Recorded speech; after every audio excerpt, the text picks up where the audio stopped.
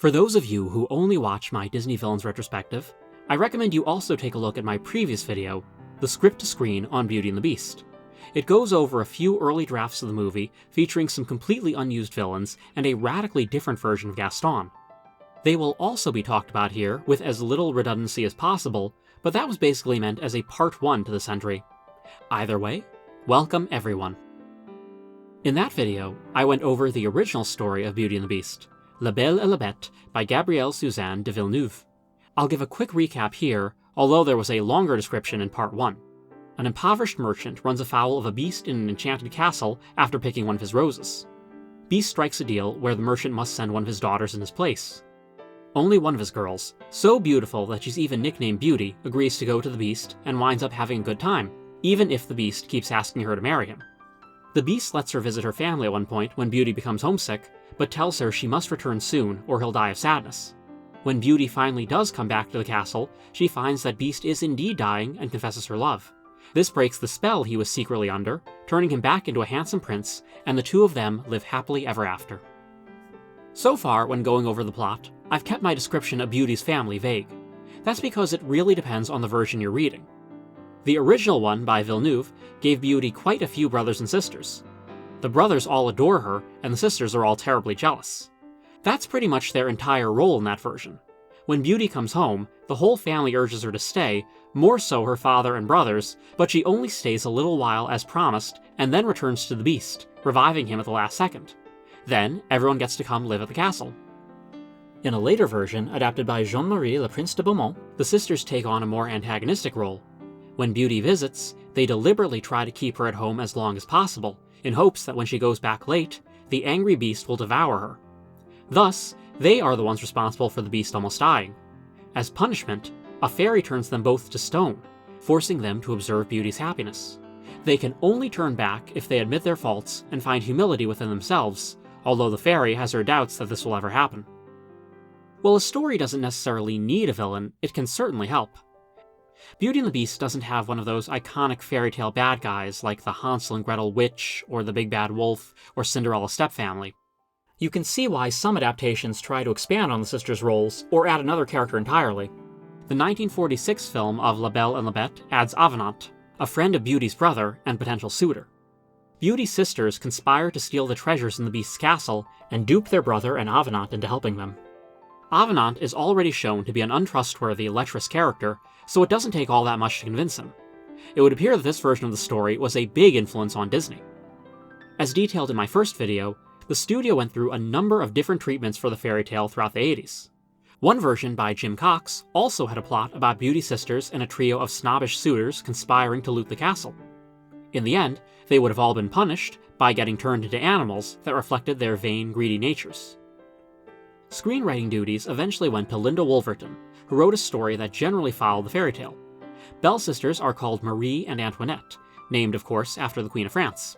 To quote the script, they're overly made up and try to squeeze into their old dresses from when they were once wealthy. Marie is tall, gaunt, a soap opera ice queen. Antoinette is round, pouty, a weepy evangelist sidekick. Unlike Belle, who is more thoughtful and understands the value of love, family, and friendship, her sisters are vapid, greedy, and only care about being part of high society. They were raised in a pampered good life, and it's understandable that they want to get it back, but at the end of the day, their interests come across as shallow compared to the strong bond that Belle shares with their father, Maurice. The ladies are described as nearing their 30s, but they're written to act like a pair of spoiled children. They give off a real Anastasia and Drizella vibe, very clownish and shrill. It's easy to imagine them tripping over each other while clumsily trying to put on airs. The only real acts of kindness they show are in a few scenes where they care for Maurice after he gets sick while looking for Belle. Even then, they view him as a burden and do the bare minimum. Any concern they show for Belle's well-being is performatory. The sisters' evil plot, if you could even call it that, is to get Belle married off to her handsome suitor, Gaston de Gauche. As the son of a marquis, they see Gaston as their ticket back to a wealthy life. Gaston seems to view himself as a knight in shining armor, ready to defend his fair maiden from the terrible Beast. But even then, he's consumed by the same shallowness as the sisters. When he hears of the Beast, he vows to save Belle and mount his head on his wall, but then says it will have to wait until after a royal ball, a fox hunt, and his fencing lessons. There's nothing under his fancy clothing and powdered wig except selfishness. Marie, Antoinette, and Gaston all think Belle is under some sort of enchantment, since no one in their right mind could love a beast, another plot element from the 1946 film. After Belle has to physically shove Gaston off of her, he vows to kill the beast, which will surely break the spell. It's implied he's doing this more to save face after rejection, but the script doesn't lean into this as much as the final movie does. Gaston makes quick work of the beast, and then fights off the servants. In the script, he dies when the spell is broken. He's flying over the forest in the enchanted sedan chair, which turns into an ordinary stool, sending Gaston falling to his death. In the initial treatment, he gets trapped in the castle as it begins to transform into its original state. Gaston winds up transforming with it, reduced to a statue in the courtyard, much like the sisters in the original story. Special thanks to FG2000, who pointed this connection out in the comments. I feel silly that I didn't think of that initially. The fates of Belle's sisters had their own variations. In the script, they attend Belle's wedding, looking even more garish than ever with especially tall wigs. They wind up getting more or less shoved to the back of the room by the rest of the attendees, which they don't appreciate. They had it even worse in the original treatment, where they're outright barred from entering the castle and wind up sitting under the Gaston statue, which starts spouting water, drenching them. Even one of the company's heads, Jeffrey Katzenberg, found this too harsh, and notes in the outline that they should come up with a better way to handle the sisters. Marie and Antoinette are not good people, but they don't seem evil enough to be totally shut out. They really do think Belle is under a spell because they don't understand love. Their plan is motivated by greed, but it's not quite as evil as robbing the beast or trying to make him so angry he'll eat their sister. It makes more sense for Belle and Maurice, with their kind, forgiving natures, to just keep them at an arm's length in the end. All three villains in this original script come across as just kind of clueless and not all that threatening.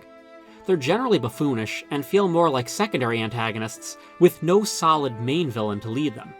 As the film continued to develop, Marie and Antoinette were replaced with two different characters. Clarice, a sweet younger sister for Belle, and Marguerite, the girl's cruel aunt.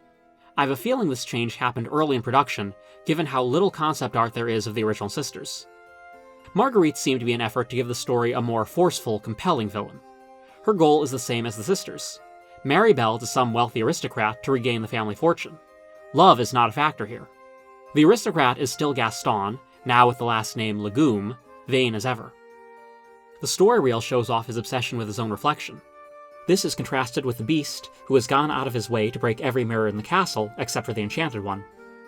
Although we don't have the full script for this later version, it would appear it follows mostly along the same lines as the one previously discussed. The making of book on Beauty and the Beast implies that Marguerite manipulates Gaston to go out and slay the beast, in contrast with the sisters who seem to just kind of wing everything. Maurice actually tells Marguerite to get out of their lives in a storyboard, something I can't see him telling his daughters, no matter how terrible they are. I compared Marie and Antoinette to Cinderella's stepsisters, and likewise it's hard not to see a connection with Marguerite and Lady Tremaine. The aunt was certainly a step up from the sisters, appearing more cruel and calculating, even brandishing a hot poker at Belle and Clarice at one point. She actually just uses it to warm her drink, but there's a level of threat here that would not have been present with the comedic sisters.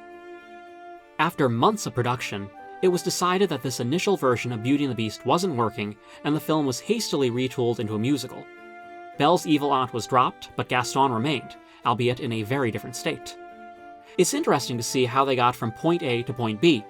For a while, it seems that Gaston was still going to be an aristocrat, but he became much manlier and more physically imposing. In addition to being wealthy, he had a major passion for hunting. Eventually, as the setting changed to a poor provincial town, Gaston remained a hunter, but seemed to lose his vast riches. Not that he cared. Gaston still had the greatest treasure of all: himself. Gaston is a lot of things to the village. A hero, a skilled hunter, and the manliest, best-looking guy there ever was. The character's looks were always a factor. Even the original draft put a lot of emphasis on his vanity. But as you can see by that early concept art, he was a pretty boy, sort of a fop. As the character continued to develop, his head animator, Andreas Deja, wanted to keep that cartoonish, funny angle. It was Katzenberg who insisted that Gaston become a more traditionally beautiful man, soap opera handsome, as Deja put it. This was to thematically contrast him with the Beast, an ugly monster who winds up with a gentle soul. Gaston is statuesquely handsome, but as the movie goes on, we see just how horrid he is on the inside. Deja initially resisted, since he felt that having such a chiseledly perfect character would lead to stiff, uninteresting animation. Thankfully, he and his team managed to craft someone who is both handsome as Katzenberg wanted, and yet is just as animated as everyone else. He's so idealized that he almost becomes a caricature, yet his good looks remain, sort of like a villainous male equivalent of Jessica Rabbit. One of Deja's influences was Brom Bones from The Legend of Sleepy Hollow, another charismatic bully. It's not hard to imagine Gaston pulling something similar to the Headless Horseman prank. Assuming it was a prank, of course. At a glance, Gaston actually seems like your cliché hero type. Manly, charming, with a pleasant baritone courtesy of Richard White, who has gone on to voice Gaston in every subsequent appearance. Just about all the villagers love him. In the Big Barroom song, we get a long list of all the great things Gaston is capable of, and it looks like this is all true. From a physical standpoint, Gaston outclasses everyone else, and he's the town hero for it. But right from the beginning, we're given some hints that Gaston is not the story's good guy. He's introduced standing in the shadows with his rifle raised, subtly cueing us in to his sinister nature. We're told no beast alive stands a chance against him, foreshadowing what's to come. As he admires his own reflection, he explains that the only reason he's pursuing Belle is because she's the most beautiful girl in town, which means she's the best. It's all surface, because to Gaston that's all there really is. As an avid hunter, Gaston views this potential relationship with the same logic. During the opening number, we see him essentially hunting Belle through the crowd, even taking to the rooftops near the end in order to corner his prey. His physical mannerisms in the scene where he proposes to her are of a similar predatory nature. In his mind, Belle's obvious repulsion is just her playing hard to get, which in turn fuels his hunting instinct. After all, he's Gaston. Who wouldn't want to be with him? Belle's lucky he chose her. Never mind how incompatible their personalities are. Gaston only cares about looks, and in his narrow mind, he assumes everyone else feels the same way. I'd like to thank you all for coming to my wedding. First, I better go in there and propose to the girl. For the first section of the movie, Gaston is not really a villain. He's just an egotistical bully. It's only after Belle publicly rejects his proposal that something inside him snaps. He's so used to getting his way and having everyone adore him that the one time this doesn't play out, he cannot comprehend it. We then see his evil side, which has always been bubbling under the surface, finally come out. One of Gaston's early remarks about how a woman shouldn't read, because then she'll start getting ideas and thinking, is easy to interpret as sexist. It is, plain and simple, but there's a little more to it in the movie's context. We later learn that Gaston considers anyone thinking to be a dangerous pastime. This is especially true of Gaston himself, since once he starts thinking, he comes up with a wicked plan to entice Belle. He's not an intellectual by any means, but Gaston is smarter than he lets on. If it means getting what he wants, he'll resort to blackmail, violence, and yes, even thinking. The saddest thing about Gaston is how he could have avoided such an unhappy ending. Being rejected by Belle was embarrassing, but it's clear that all the villagers still love him. If anything, they probably think Belle's the crazy one for refusing him. That very night, they're right back to literally singing his praises. If he had accepted that one setback instead of continuing to pursue Belle, Gaston could have gone on living his best possible life. But no one says no to Gaston, and so he stubbornly continues trying to claim her, which ultimately leads to his downfall. The plan is to blackmail Belle by threatening to send her father to the asylum. Maurice has always been seen as the village kook, and his rantings about a horrible beast in a castle haven't done him any favors. When Belle reveals that there is a beast, that's the end of Gaston's leverage. If he can't have Belle, he decides that he can at least take away something she loves. Once he slays the beast, he'll be even with Belle, and he'll be seen as even more of a hero by everyone else. During the battle, Gaston was originally going to say "time to die" at one point, before they redubbed it with "Belle is mine." The idea was to get Belle involved back in the story, and that this would prompt the beast's second wind. I kind of like the original more, since it implies that Belle isn't Gaston's main priority anymore. The fight was never really about her. Like everything else in his life, it has always been, first and foremost, about Gaston. Fighting the beast puts Gaston's hunting skills to the ultimate test. This isn't like any creature he's taken on before. Not only is this beast bigger, but he has human intelligence as well. He's certainly smarter than Gaston, and when he starts fighting back in earnest, the hunter doesn't have a chance. It's only because Beast has found his humanity that he decides to let the villain go. Turning your back on the bad guy is never a good idea, and being a huntsman, Gaston knows exactly where to stab Beast for it to be a fatal blow. His victory is short-lived, and he winds up plummeting to his death seconds later. As I mentioned in my scripts to screen video, there are rumors of an alternate version of the scene where Gaston survives his fall and ends up getting eaten by wolves, but I can't find any actual sources to back that up. In the movie proper, you can even see skulls in his eyes when he falls for a couple frames to drive home that this is indeed the end for Gaston. Even before he fully turned to villainy, Gaston was never really a good guy. He's a brute, he's a bully, and I'm sure he'd give me a wedgie with no hesitation. And yet, I can't help but find him strangely likable. There's something about his confidence and his over-the-top mannerisms. Like the best Disney villains, we love to hate him, but on some level, we just plain love him. Gaston is everyone's favorite guy, but his biggest admirer is LeFou, voiced by Jesse Cordy, who also played him in the movie's Latin-Spanish dub. Like Belle's name meaning beauty, LeFou's name aptly translates to the Fool. Gaston did not have a sidekick in the original draft. As we discussed, he was something of a patsy himself for Marguerite in the early version. When the story was retooled, different ideas were proposed for a companion. This was at the point in the movie's development where Gaston was still a rich aristocrat, but was also a strong He-Man type. The earliest ideas appear to be for a South Asian character named Wee Wee, who would have perhaps been a servant of some kind. Then there are 3 proposals that seem to be from the same time. One version of LeFou is based on Wimpy from Popeye, except with a fondness for scotch instead of hamburgers. This one would have been proud to be friends with Gaston, especially since he always picks up the tab. The next idea was for a nerdy accountant who was in charge of keeping track of Gaston's extravagant expenses. Once a brilliant mathematician, LeFou is now a nervous wreck thanks to having to deal with Gaston. Finally, there was a version described as a Danny DeVito toad who would be a mindless admirer of Gaston and desperately want to be just like him. It was this version that they wound up going with. Gaston is everything LeFou isn't. Tall, handsome, charming, and skilled. LeFou knows he'll never measure up to any of this, so he settles on the next best thing, being Gaston's long-suffering sidekick. On a personal note, I have an immense fondness for the little toady ever since I got to play him back in high school. My approach was inspired by this old piece of satire from The Onion about the phenomenon of secondhand coolness, the idea being that hanging out with smokers will make non-smokers look cool by association. That's LeFou. He's best friends with the greatest hunter in the world.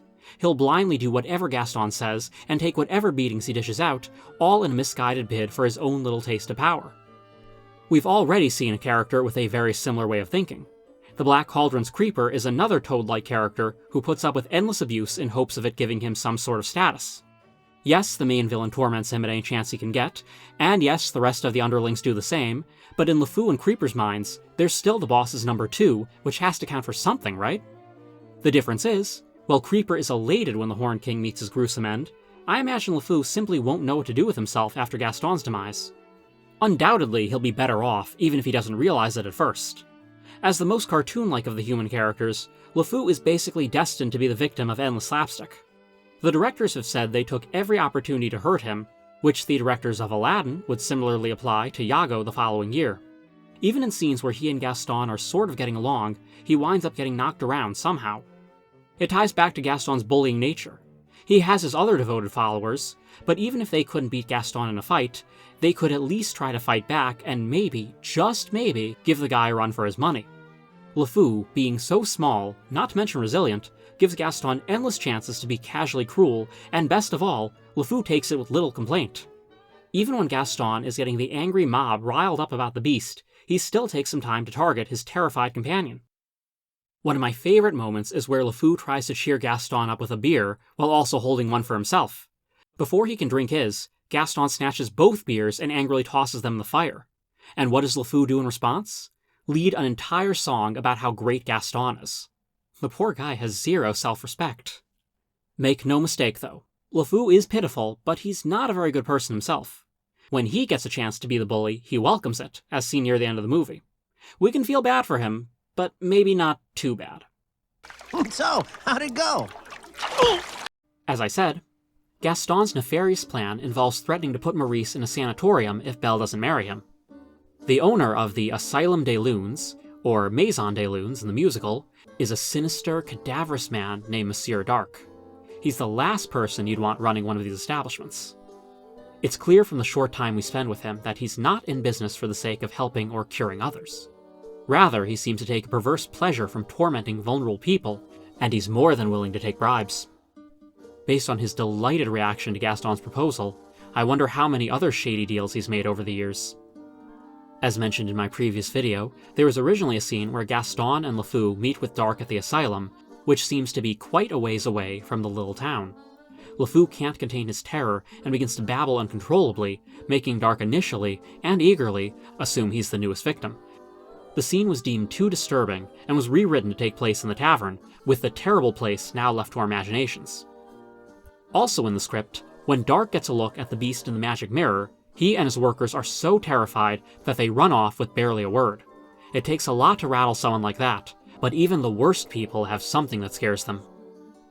Despite his short screen time, Monsieur D'Arque helped inspire one of Disney's grimmest future villains. His voice actor, Tony Jay, did a phenomenal job, to the point that his audition was used in the final movie. According to the director's commentary, he used what he called his masterpiece theater voice. When they did The Hunchback of Notre Dame, Mr. J returned for a much larger role as Frollo, bringing that same imposing voice. Oh, that is despicable. I love it. In addition to LeFou, there are 4 villagers in particular who seem to be pretty close with Gaston and share his macho mentality. These would be Tom, the short one voiced by Jack Angel, Dick, the skinny one voiced by Phil Proctor, Stanley, the tallest one voiced by Bill Farmer, and Gramps, the older one voiced by Patrick Pinney. Joe Ranft can also be heard as Gramps in the castle fight, providing his scream, along with some other screams in that scene. As we saw in The Brave Little Toaster, that man can really let it out.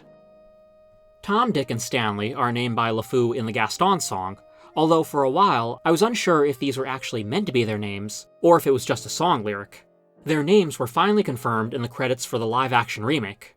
Gramps, meanwhile, was named, or at least nicknamed, by a model sheet. Alongside Gaston and LeFou, this rowdy quartet seems to have a pretty cruel disposition. They're the ones who most openly antagonize Maurice in the bar, they're the first to help Gaston when he riles up the mob, and they act with the most malice during the raid on the castle. Tom, for instance, appears to be plucking the feather duster more for his own enjoyment than self-defense. Another group from the village, a set of beautiful triplets, also deserve mention. Compared to most of the town, they're pretty harmless, not even taking part in the angry mob at the end, but they're so closely related to Gaston that it would feel wrong not to include them. Besides, they're pretty popular among fans for a couple reasons. They've gone by a few titles.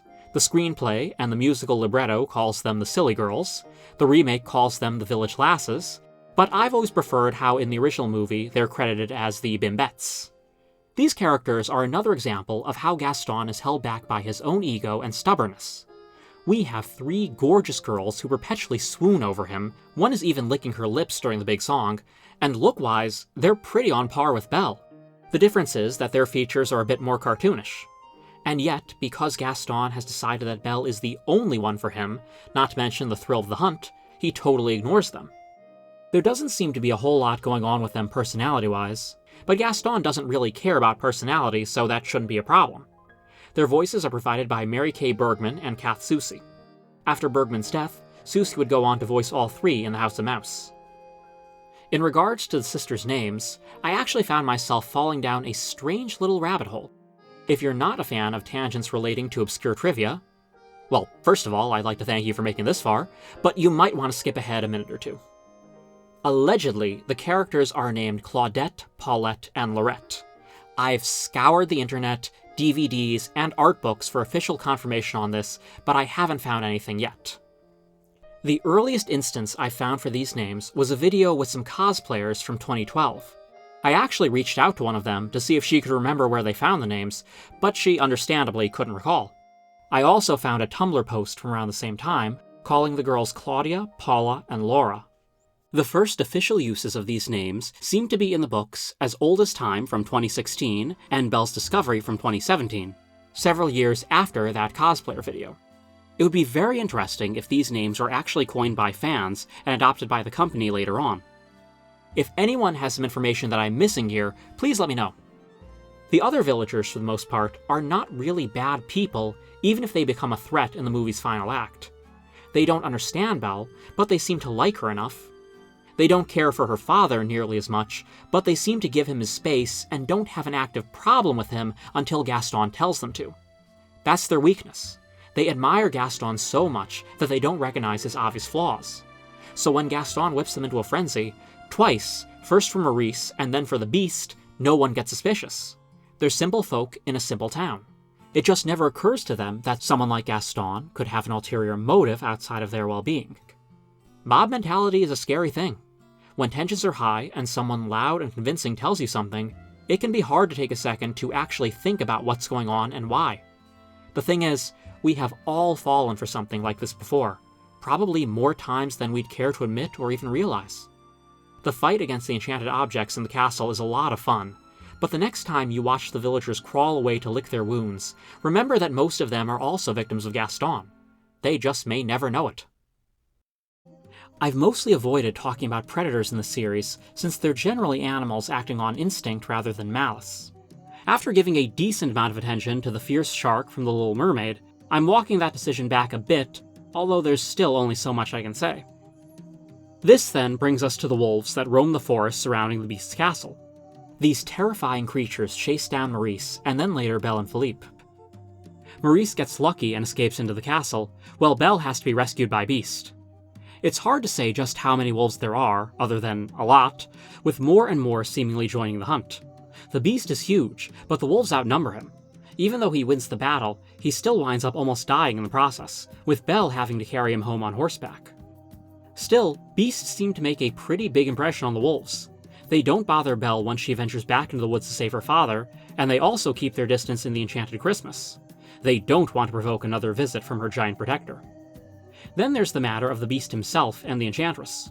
Should they count as villains?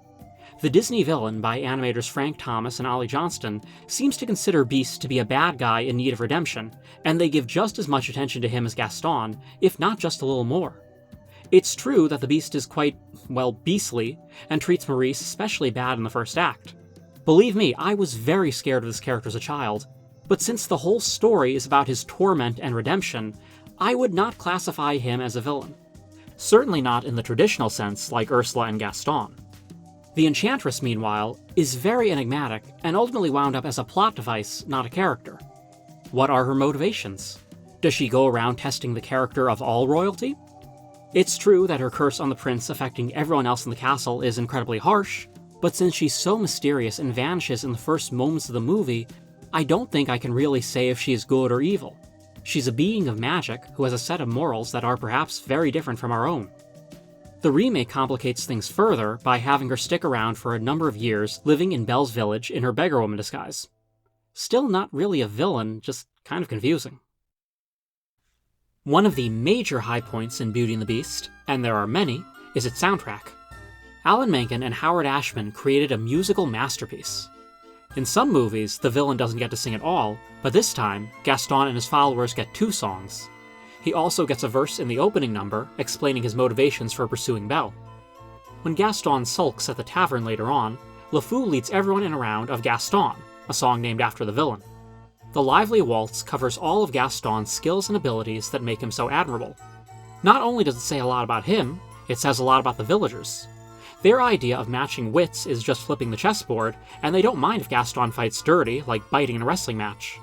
Who needs brains or sportsmanship if you want to win? The song pinpoints the moment where Gaston goes from annoying bully to full-on villain. The lyrics at first are braggy, but not evil. After he starts thinking about crazy old Maurice, they take a darker turn. No one plots like Gaston, takes cheap shots like Gaston, plans to persecute harmless crackpots like Gaston. Now we see what he's truly capable of. As Menken described, his songwriting process with Ashman had them initially writing what they called dummy lyrics. Placeholders that would later be refined as they figured the song out. When writing Gaston, they kept coming up with sillier and sillier dummy lyrics that they wound up keeping because they were just that funny. You can tell they had fun writing this one, especially when listening to the demo. Both Gaston and its reprise run a bit longer in demo form, with some of the cut verses winding up in the stage musical and the remake, while others never made it past the original demo recording. As much as I love this number, I think it was for the best they trimmed it down. Not because any of the deleted verses were bad, but because even the best songs can sometimes wear out their welcomes.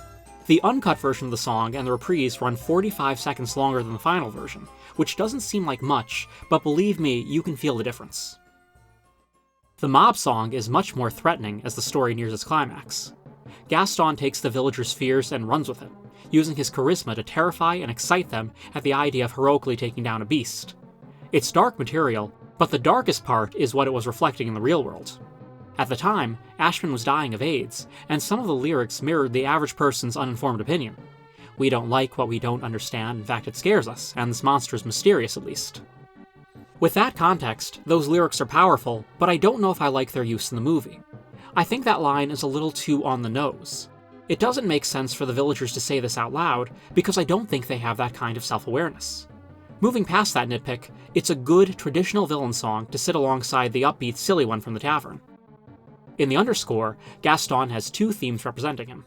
In the early scenes, he's accompanied by a pompous march, full of cocky bravado.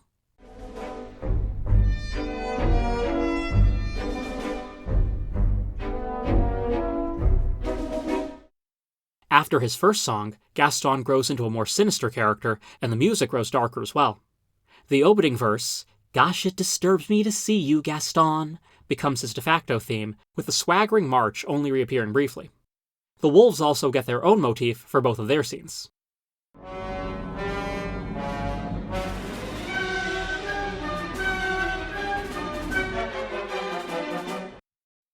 With so much musical theater in its DNA, it's no surprise that Beauty and the Beast was adapted into a Broadway musical a few years after its premiere. In fact, it was the first of many Disney stage shows. Linda Wolverton returned to write the book, and it featured new songs by Alan Menken and Tim Rice. While the script expands on a few aspects of the story, the Gaston material is very close to the movie. Probably the biggest difference is LeFou's role in one section. For practical reasons, Philippe the horse has been cut, meaning they needed something else to alert Belle that Maurice is in danger. Now it's LeFou, who's been in the forest and has found Maurice's scarf. Belle wants his help in finding her father, but LeFou cowardly refuses to go back, leaving our heroine to brave the woods alone. Of the new songs that were written, 2 were for Gaston. The first one, simply titled Me, is based on his blustery marching theme. The song musicalizes the scene where Gaston proposes to Belle, with the lyrics hilariously describing his chauvinistic outlook toward married life. Belle's polite little, "but thanks for asking," caps things off nicely.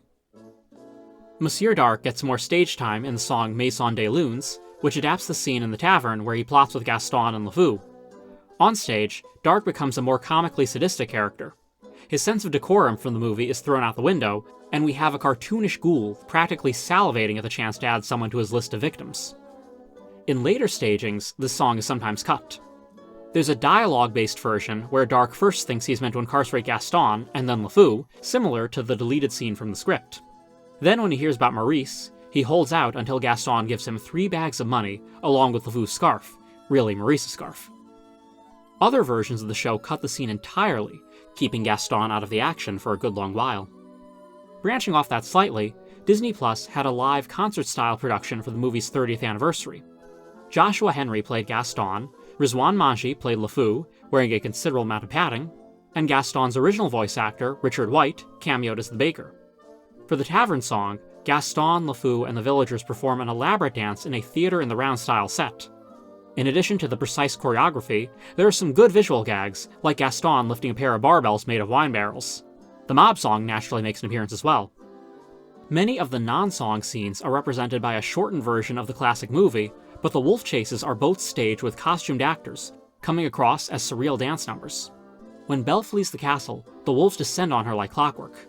I know this is because of how the set is arranged, but it's kind of funny, almost as if they've been sitting there, waiting since they saw Maurice go inside the gates. Persistent, aren't they?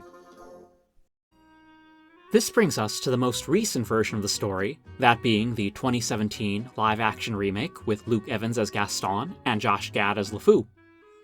As with many of these remakes, even the ones that try to helm a little closer to the original animated ones often make changes in things like character backstories or motivations, such is the case with our villain.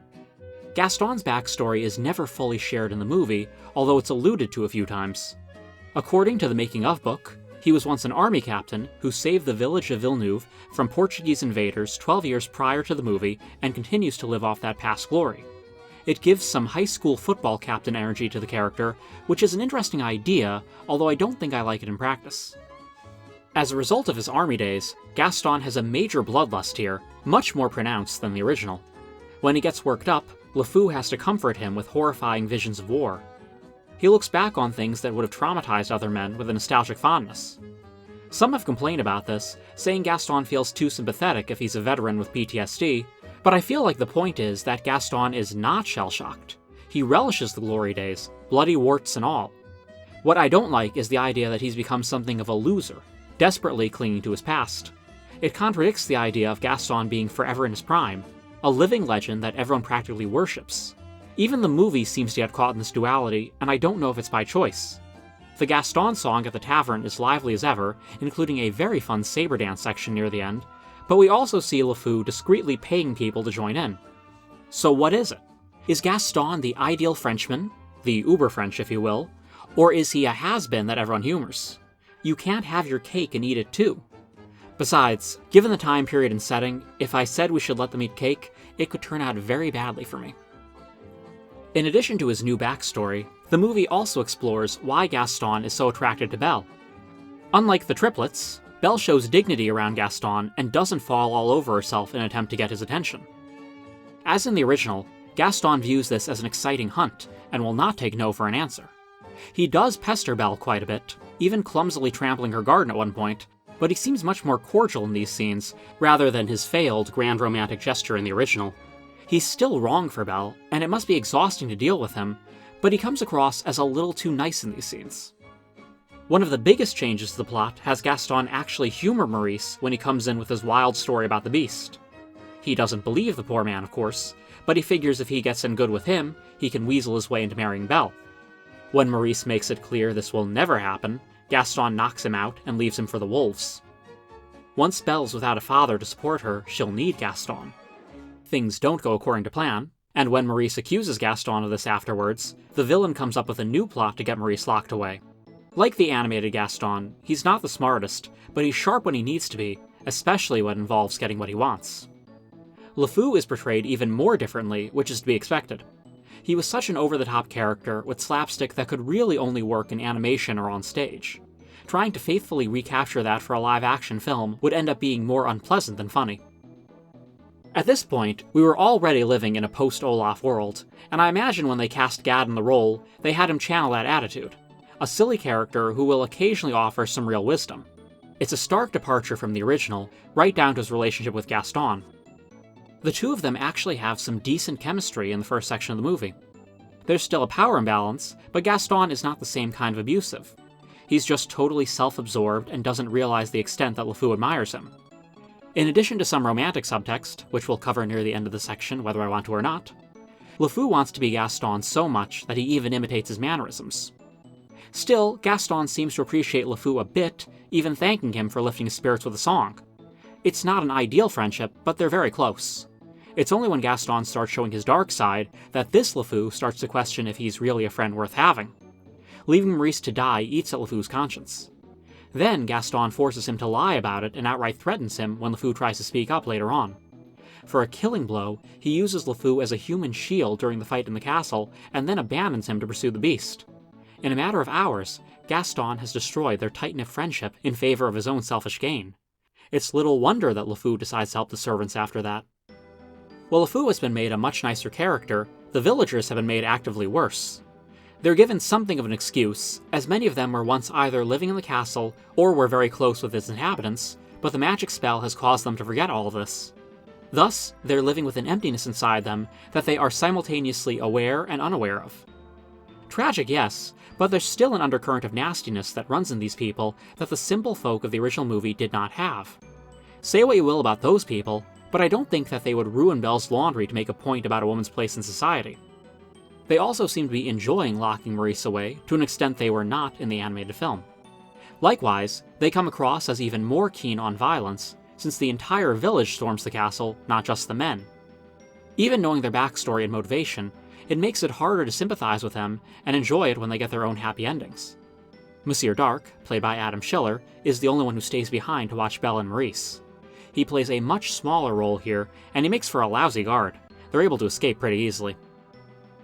The wolves still prowl the forest, fierce as ever. Their leader has a scar, so he's easy to spot in the pack. It seems that they might be part of the Enchantress's curse, since while they can be heard howling throughout the woods, they're only ever spotted in the magical wintry section around the castle. Now, just because I know multiple people will bring it up if I don't, I will briefly touch on the controversy involving LeFou in this movie. LeFou has always admired Gaston in every version, but this film hints that there may be more to this. LeFou wants to be Gaston, but he also wants to be with Gaston. Gad himself described their relationship as being like an unhappy married couple. When Gaston asks LeFou how he never found a woman after the big musical number, LeFou responds that he can be clingy, but there's more to the answer that he's not sharing. Mrs. Potts later telling LeFou he's too good for Gaston can be interpreted in multiple ways as well. The movie's manga adaptation, which could very well have drawn from a deleted scene, has LeFou outright tell Belle he is now single near the end. Meanwhile, there's Gaston's other close friends, Tom, Dick, and Stanley, played by Jimmy Johnston, Dean Street, and Alexis Loizen. When they are forcibly put in dresses by the wardrobe, the first two react in outright horror, while Stanley actually seems to like the change. With all that context in mind, prior to release, the movie's director, Bill Condon, mentioned in an interview that LeFou would have an explicitly gay moment. This led to a lot of loud voices on all sides. People praising this, people wishing someone other than Gaston's stupid sidekick could have this moment, people questioning this, people getting angry over this, people trying to get the movie banned over this, and lots of people who just wanted to watch the movie without having to think about all those other loud voices. The moment in question wound up being LeFou dancing with Stanley for about 3 seconds at the very end of the movie.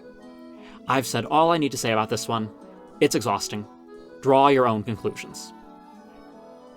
A spin-off series called Little Town, starring Gaston and LeFou, was announced in 2020, but it has since been cancelled.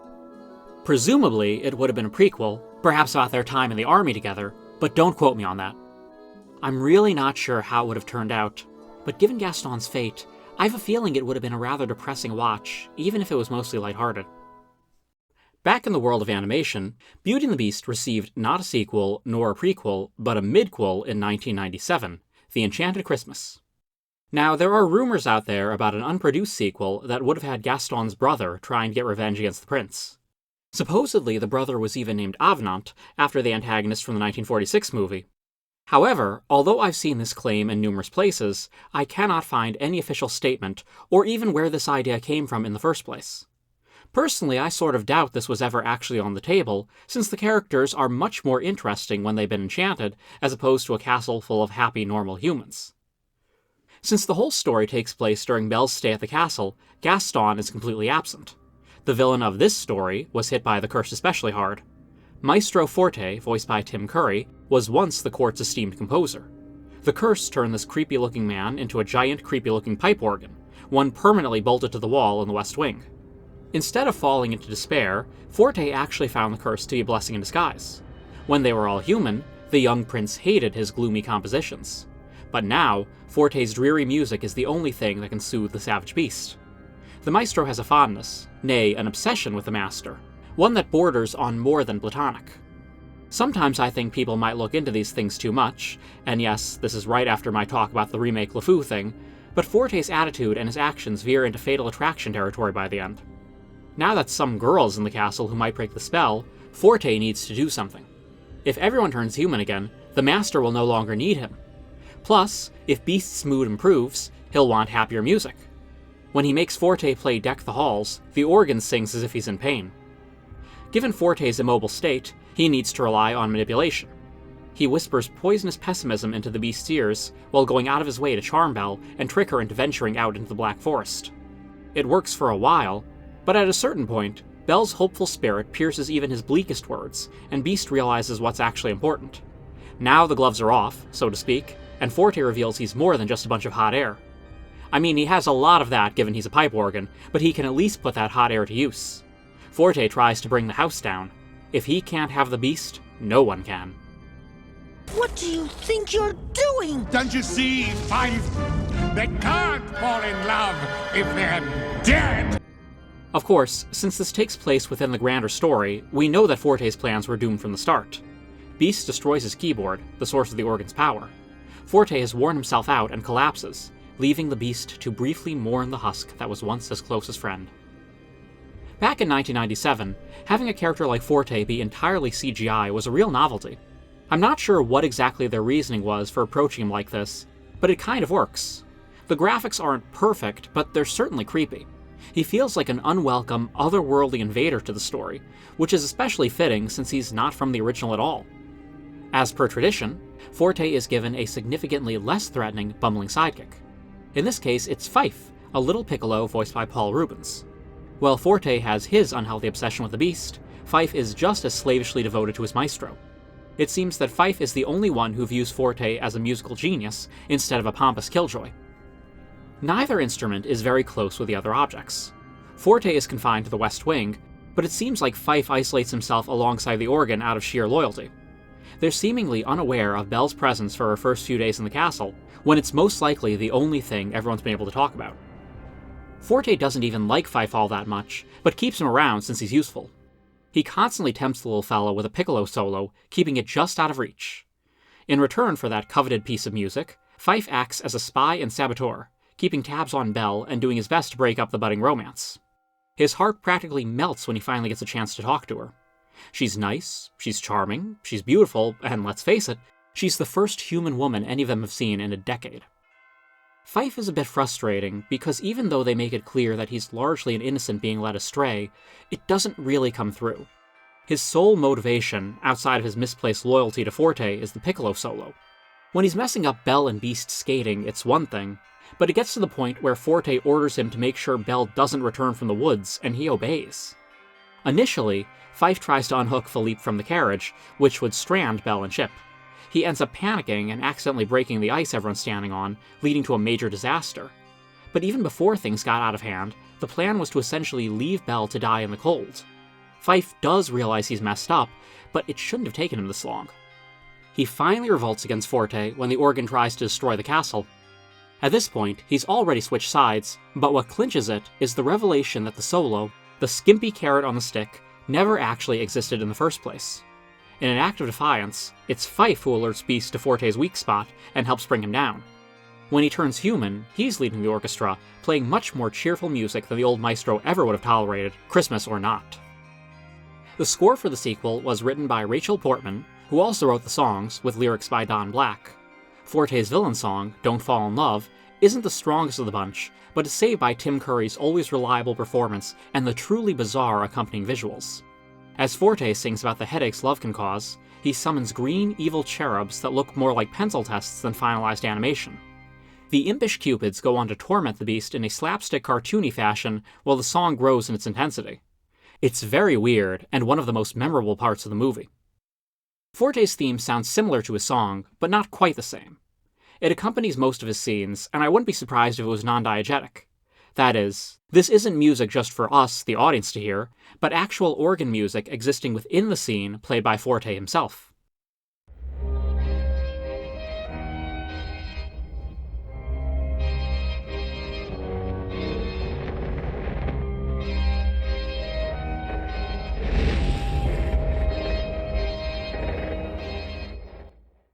Fife has a hint of a theme in Solo for Fife in B-flat.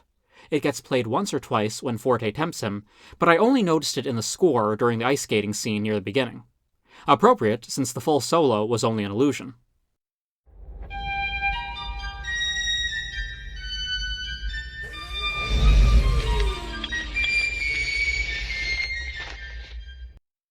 Beauty and the Beast's other midquel, Belle's Magical World, is actually a few cobbled-together episodes from an unproduced TV series. It doesn't have any villains, so it won't be discussed here. Getting back to Gaston, he had one of his more unconventional appearances on the small screen in Sing Me a Story. For those who are unfamiliar, this was a live-action TV series that focused on Belle working in a bookshop in her village that was frequented by kids in 90s clothes. There were also several colorful puppet characters. Each episode presented a conflict that Belle would help everyone work through, with some stories and songs based on old Disney shorts. Trying to fit this into the movie's canon is an exercise in futility, but I remember really enjoying it as a kid, and Belle makes for a great big sister archetype. Gaston, from what I can tell, only appeared once, played by Wolf Bauer with a slight accent. Possibly German, but I don't have the best ear for that kind of thing. Gaston Day is a chance for the less fortunate to view the life of a great one, to see all the things they'll never have. Two of the kids have been planning a big magic show, But everyone is more interested in going to a party thrown by Gaston, in honor of himself of course, where he plans to unveil his new mirror.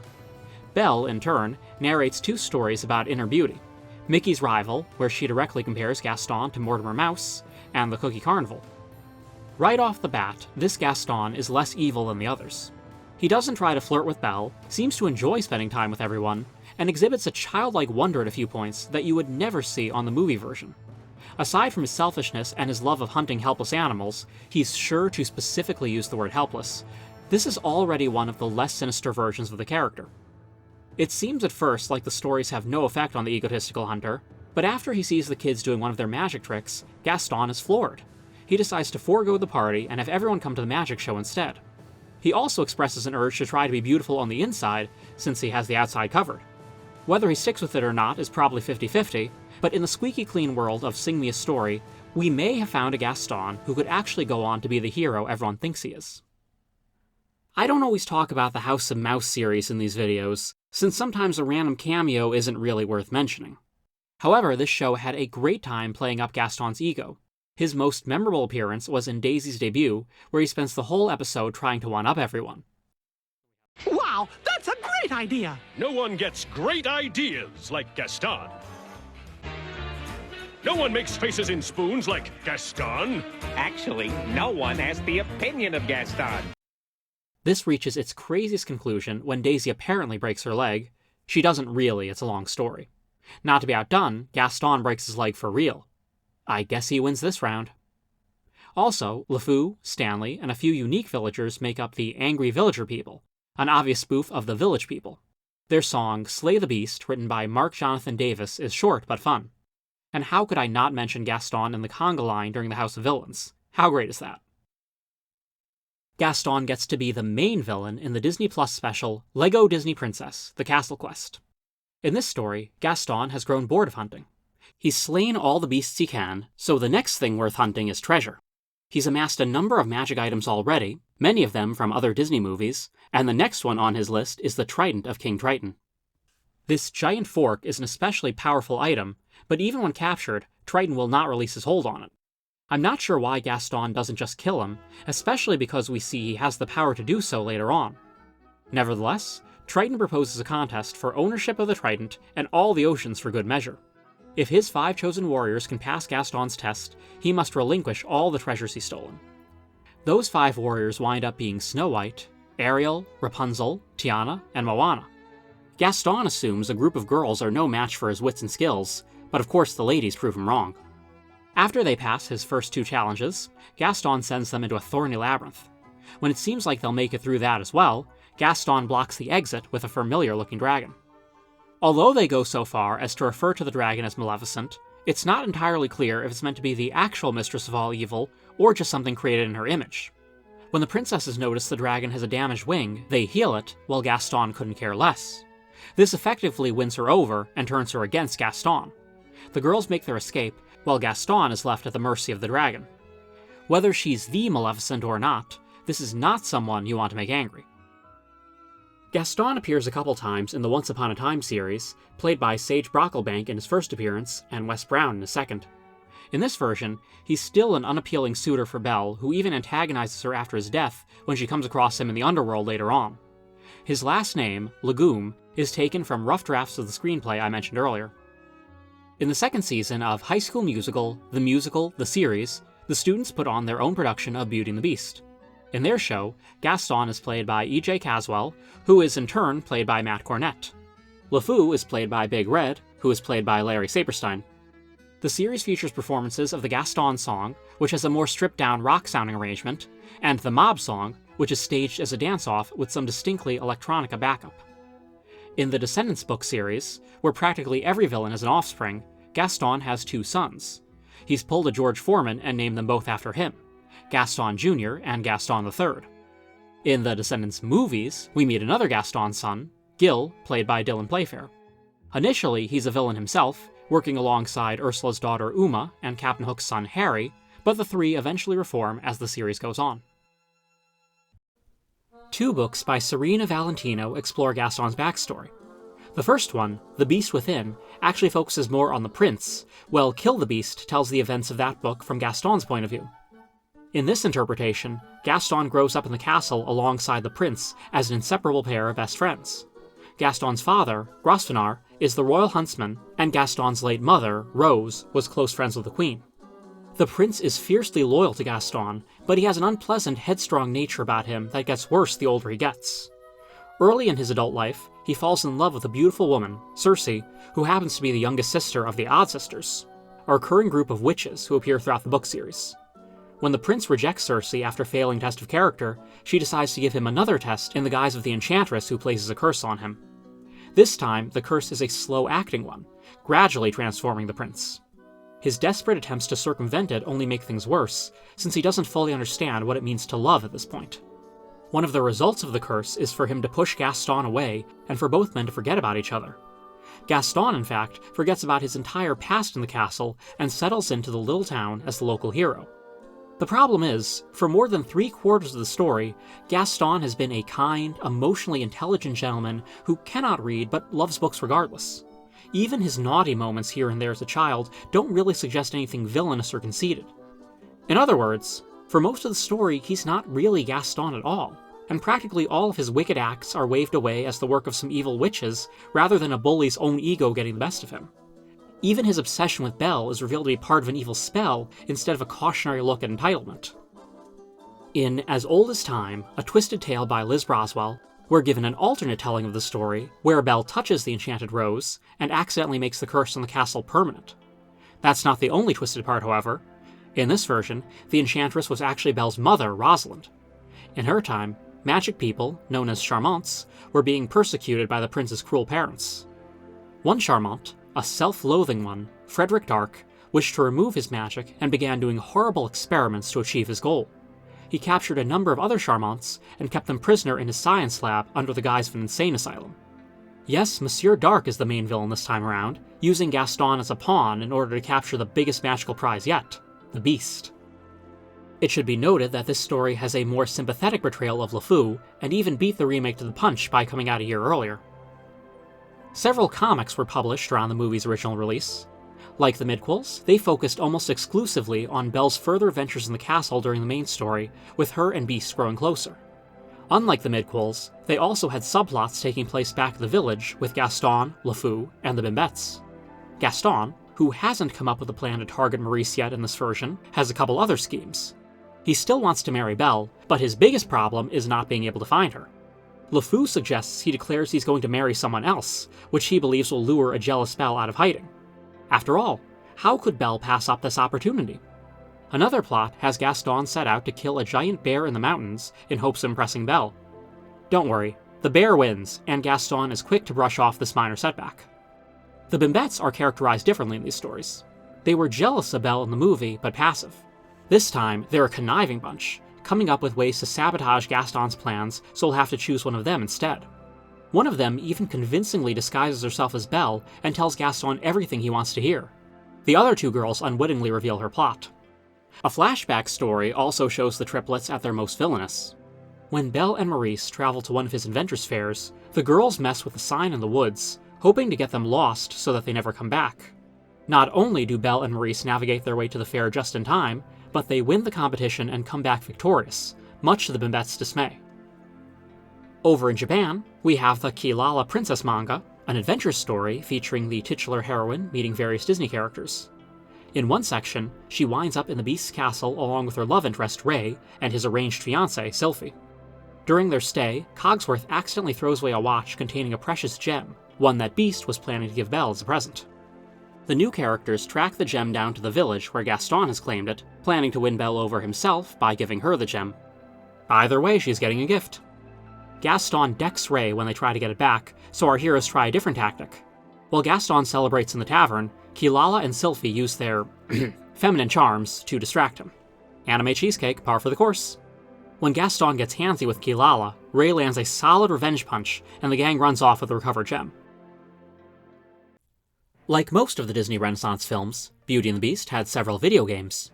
The Super Nintendo game lets players control Beast himself, and mostly sticks to exploring his massive castle. Since the villagers don't arrive until the end of the story, many of the levels have Beast facing off against a random assortment of other enemies. Bats, giant rats, Lumiere's unfriendly fellow candlesticks, and large enchanted books. A gargoyle appears twice as a boss for some reason. Must be part of the Enchantress's curse that we don't know about. A level in the snowy woods naturally has Beast take on an entire wolf pack. The final level has Beast traversing the castle rooftops in the rain. LeFou, who's remarkably fast, is seemingly standing in every window firing a rifle. Gaston eventually hops out and battles the Beast, alternating between firing arrows and going for hand-to-hand combat. Beast has to knock him down a number of levels before eventually collapsing himself, perhaps out of exhaustion.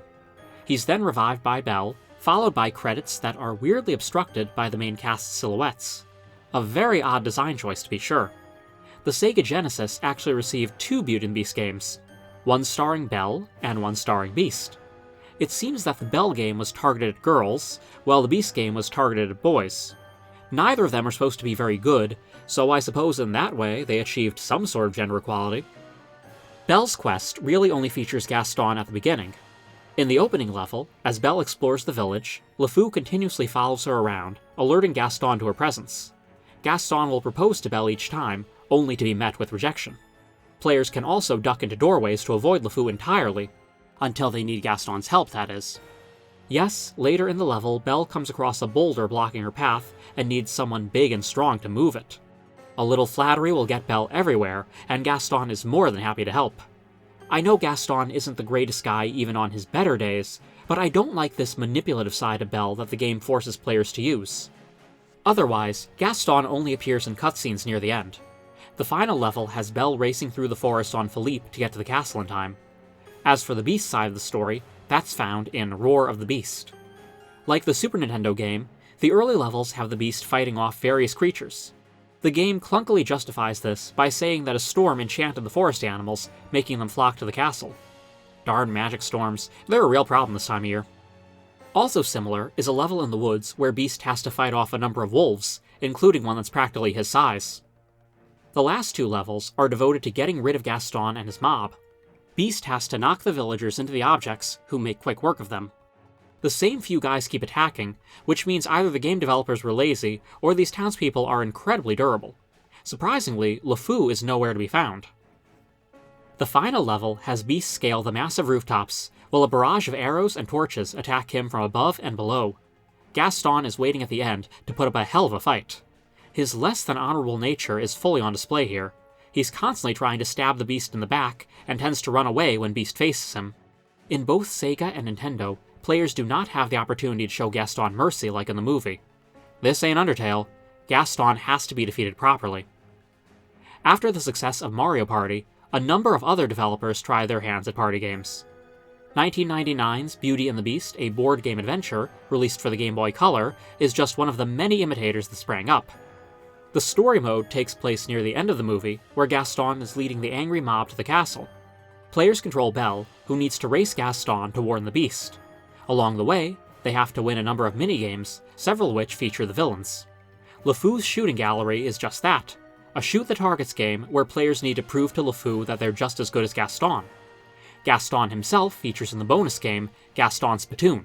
He's especially good at expectorating, but how good? Players need to time their spit just right to impress his cronies at the tavern. The wolves feature in 2 minigames. They're obstacles in Belle's Ride, where Belle and Philippe brave the Black Forest, and they're the main foes in Beast's Battle, where Beast has to take on the entire pack, who attack him from all sides. In the Disney Princess game for Game Boy Advance, Belle is called by Chip to come help at the castle. Someone's been making trouble, and they've stolen the enchanted rose. Without the rose, Belle can't get inside to save everyone. The flower's been hidden somewhere in the wolf-infested forest. The wolves are pushovers this time around, and can all be taken care of with a single snowball.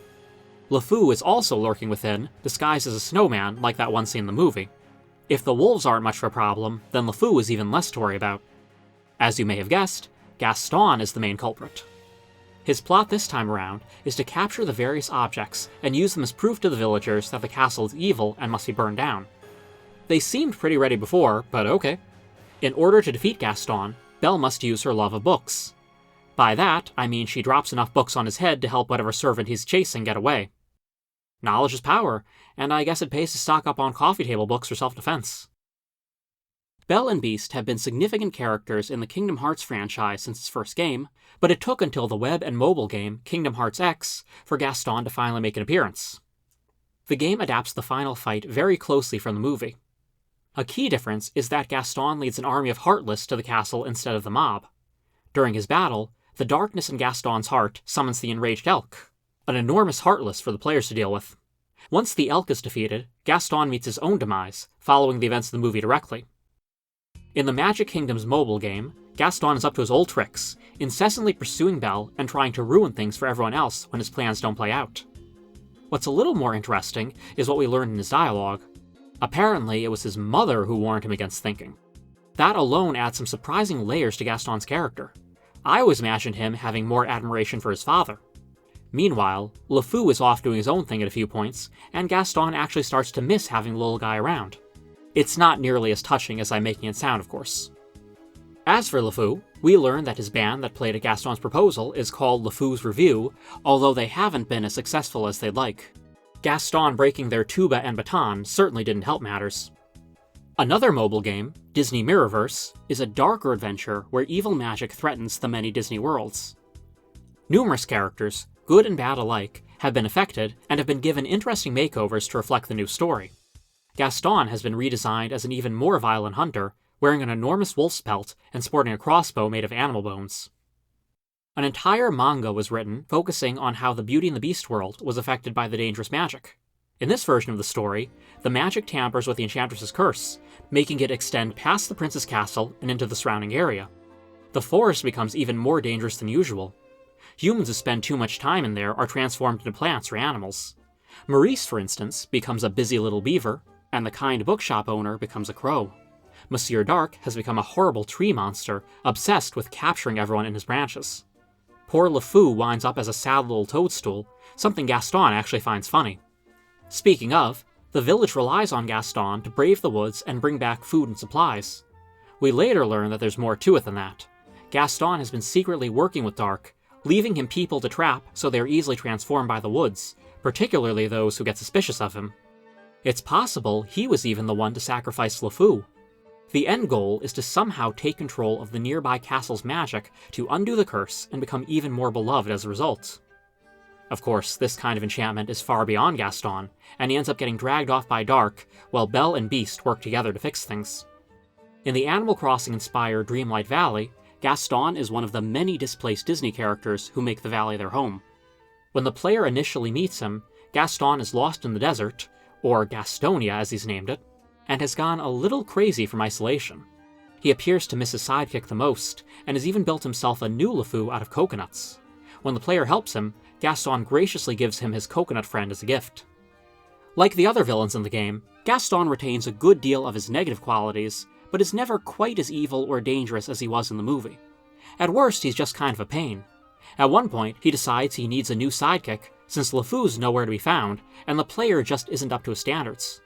The choice comes down to Stitch or Olaf, and it's up to the player to decide.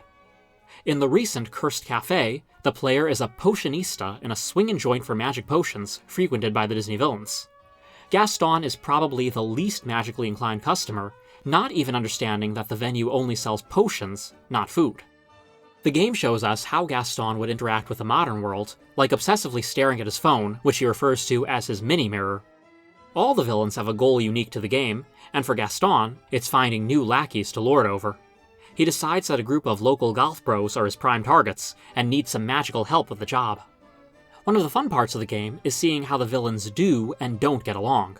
Gaston doesn't seem to really have any friends at the shop, with the other villains barely tolerating him. Ursula is at least willing to recognize his visual appeal, and uses him as a tool in her own storyline where she tries to win a reality TV competition. Scoff all you want, but the way the Sea Witch describes it, I can see why it would appeal to her. In Twisted Wonderland, Gaston's handsome anime counterpart is the gym teacher, Ashton Vargas, voiced by Ryota Takashui. Someone has to whip those strapping young boys into shape, and the coach is more than ready to take on the challenge.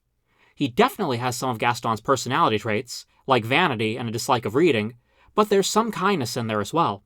Under his tough exterior, Vargas wants the best for his students, and he believes peak physical activity is the way to go. Belle, Beast, Gaston, and the rest were present at the Disney park since the day their film premiered, but it took a while before the movie had an attraction that wasn't a stage show with people in costumes. Early on, an elaborate show featuring a mix of live actors and animatronics was developed for Disneyland Paris. Although none of the villains appeared in it, one of their songs did. Halfway through the show, the Beast's entrance was heralded by the castle's gargoyles. They would come to life and sing a rewritten version of the mob song called Beware of the Beast. Alas, the project was abandoned, as were so many other attractions over the years. Finally, in 2012, Walt Disney World opened a Beauty and the Beast section of Fantasyland. Now guests can visit the little town, which includes Gaston's Tavern. It's truly a delight to actually be able to step inside the rustic restaurant, where you should be sure to pick up LeFou's brew. The sidekick might not be good at much beyond bootlicking, but the iced cider drink with a marshmallow topping is a real treat. Outside sits an enormous fountain featuring statues of Gaston and LeFou. Appropriately, this was a gift from Gaston to the village to celebrate himself. In 2020, Tokyo Disney's Fantasyland would receive its own Beauty and the Beast section. Like Florida, the landmarks are all there. In Disney World, the castle is home to the Be Our Guest restaurant and an interactive story show with Belle, but Tokyo has an entire dark ride, the Enchanted Tale of Beauty and the Beast. The ride highlights a number of classic scenes, but Gaston and the rest of the mob are only suggested. We see their shadows and some of their weapons breaking through the doors as the servants try to hold them off, but we never see an animatronic Gaston or LeFou or anyone else. The Tomorrow Society podcast interviewed Imagineer Jim Clark about the attraction, where Clark explained why Gaston was so downplayed. Guests have already seen the little town and the tavern on the way to the castle, so it would be redundant to have scenes within the ride showing these locations. In order to fully immerse the guests once they enter the castle, the attraction takes place exclusively in and around that area. It makes sense, but I can't help but wish we'd seen Gaston more directly. This is just me armchair Imagineering, but I'd love to have that tense moment where Gaston is on the rooftops and the Beast hides among the gargoyles. I think that could have made a great moment in the ride, but it really does look impressive even without the bad guys. Long before this, all the way back to when the movie first premiered, a stage show simultaneously opened in MGM Studios. This was in the Eisner era of synergy that didn't always work, but this time it certainly did. Beauty and the Beast live on stage continues to run to this very day, or at least when this video is posted. Disneyland and Disneyland Paris had their own versions as well, but it's the Disney World one that's lasted the longest. The order of the songs has been shuffled a few times over the years, but the Gaston sections have remained the same. In the opening Belle song, after Gaston's verse, they work in a shortened version of the Tavern song where the rest of the town, including the Bimbettes, heaps praise on him. One minor difference is that in the Disneyland version, there is clearly a character meant to represent LeFou, who has some dialogue with Gaston and gets a couple solo lines in the song. The Disney World and Paris versions just have a generic group of cronies. After that, Gaston takes a back seat until the end, which isn't too far after this, since the show runs under half an hour. Like in the movie, he leads everyone in the mob song, fights the Beast, and ultimately perishes. Years later, the Disney Cruise Lines featured their own version of the show, one based much more closely on the live-action remake. While Disneyland's Beauty and the Beast Live premiered in 1992, there was actually another show from 1991 at the Plaza Garden stage. This odd but charming production took place in a bookshop and opened with puppet versions of Cogsworth and Lumiere as hosts. The Beast has organized a surprise party for Belle, with Mickey, Minnie, Donald, and Goofy as their special guests. Gaston invites himself, much to everyone's disappointment. Of course, Gaston has to sing about himself as well. This time he's not surrounded by a group of supporters, so most characters pepper a few insults into the song, with Gaston seemingly not noticing. The song also has the deleted verse, where LeFou tries and fails to spell Gaston's name. Since his sidekick isn't here, it's Gaston who blows the finale instead. Mrs. Potts, also played by a puppet, rolls out to offer some tea and cool Gaston's jets when he again tries to get Belle to marry him. It's revealed that the party's host is too shy to come out, so Goofy goes to find him, only to rush back in terror a moment later, complete with his eyes bugging out. He didn't realize he was dealing with a beast, and starts singing about how scared he is. You'd expect them to put the mob song here, but instead it's set to the tune of I Saw a Dragon from Pete's Dragon. Gaston joins in the song, ready to defend everyone from this horrible monster. Mickey convinces Gaston and Goofy to calm down, and everyone lets the Beast make his entrance, alongside Belle, now in her ballroom gown. Beast dedicates the bookshop to Belle, and Gaston surprisingly acts civil for the rest of the show.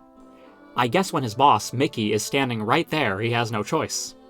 Much like Sing Me a Story, this feels like we're looking at a strange alternate universe where Gaston remained an annoying but ultimately harmless bully who never truly embraced evil. Somewhat related, Storytime with Belle was a show that ran throughout the 2000s, where Belle acted out her adventures with audience participation. Essentially, a smaller-scale version of the later Enchanted Tales with Belle. I was unaware of this, but one of my viewers, Benny Botros, informed me that there was a Christmas version of the show that featured Forte. This really just amounted to a child holding a prop version of the Wicked Pipe organ, but it's weirdly exciting to see him get acknowledged at all. Possibly one of the strangest Beauty and the Beast attractions opened in 2020. The Beauty and the Beast sing-along in the France Pavilion at Epcot. Doesn't sound strange, right? Well, the gimmick is that Mrs. Potts narrates a shortened version of the movie where we find out that the secret hero working behind the scenes to bring Belle and Beast together is none other than LeFou, not unlike how Timon and Pumbaa were portrayed in The Lion King 1.5. In this retelling, the little guy decides he's sick of Gaston and secretly follows Belle to the castle, where he does various things to help liven the romance. When he sings Gaston's praises at the tavern, it's really a ruse to distract him. As for LeFou being part of the angry mob, didn't happen, I guess. Pay no attention to the man behind the curtain, or in this case, the man getting goosed by a talking clock. So how did this come to be? The All About the Mouse Disney fan podcast interviewed Don Hahn, who not only oversaw the attraction, but also produced the original Beauty and the Beast and its remake. It seems like when they were putting the show together, they just thought this would be a funny idea and had a good time coming up with new gags and ways to somehow incorporate LeFou into the bigger story. Even as someone who probably cares about LeFou more than the average person, I'm really not sure what to make of this one. It's funny in an almost absurdist sort of way, almost like something you'd see in a half-remembered dream. I'm not against it, but I don't know if I can fully wrap my head around it either. I do love some good absurdity, and as far as Disney parks go, this fits the bill. Speaking of LeFou, he gets to make a rare in-person appearance in Let's Get Wicked. This Hong Kong Disney show has appeared seasonally on Halloween since 2019. Several classic villains gather for a theater-in-the-round tribute to themselves. Near the end, Gaston, LeFou, and the ensemble perform their signature number, complete with clanking steins and egg juggling.